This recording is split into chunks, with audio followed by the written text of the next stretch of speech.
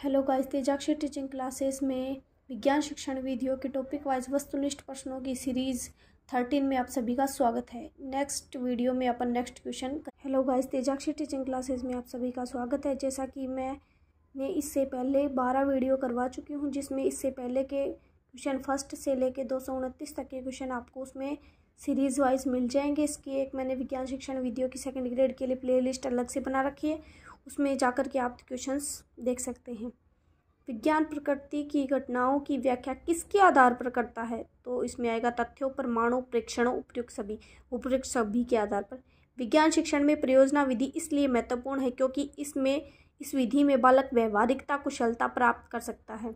अनुसंधान विधि किसकी देन है? तो इसमें आएगा H.E. आर्मस्ट्रांग। वैज्ञानिक विधि का अंतिम सोपान क्या है? निष्कर्ष। सुकरात की शिक्षण शैली थी प्रश्नोत्तर प्रधान। एक छात्र वर्गीकरण कर लेता है, इससे कौन सा उद्देश्य प्राप्त होता है? तो इसमें आएगा अवबोधन। चिड़ियाघर का उपयोग जिस शिक्षण विधि में किया जा सकता है वह है, तो इसमें आएगा पर्यटन। नेशनल स्टीयरिंग कमेटी के संदर्भ में गलत युग्म का चयन कीजिए। राजस्थान से सदस्य श्री R. मेघनाथन। बाकी ये जो क्वेश्चन है ये सही है। सदस्य सचिव थे वे थे प्रोफेसर M.A. खादर।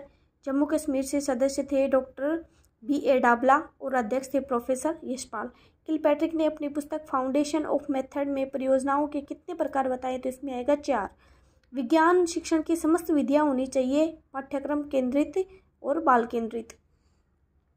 सफल विज्ञान शिक्षण की छात्र में अनुभूति होगी उपयुक्त सभी की। सभ्यता के विकास में विज्ञान की सराहना।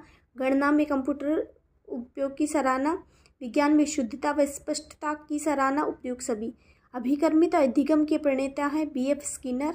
सामान्य विज्ञान के उद्देश्यों का निर्धारण किया जाता है उपयुक्त सभी के आधार पर, प्रयोगशीलता के आधार पर, समयबद्धता के आधार पर और उपयुक्तता के आधार पर। प्रोजेक्ट वास्तविक जीवन का एक छोटा सा अंश है, यह कथन है बेलार्ड का। करिकुलम शब्द की उत्पत्ति हुई है लैटिन भाषा से। निम्नलिखित में से कौन सा विज्ञान के उत्पाद के अंतर्गत आता है? तो इसमें आएगा वैज्ञानिक नियम। विद्यार्थियों की अधिगम कठिनाइयों के निदान के उपरांत विज्ञान शिक्षण में किस प्रकार की शिक्षण की व्यवस्था की जानी चाहिए?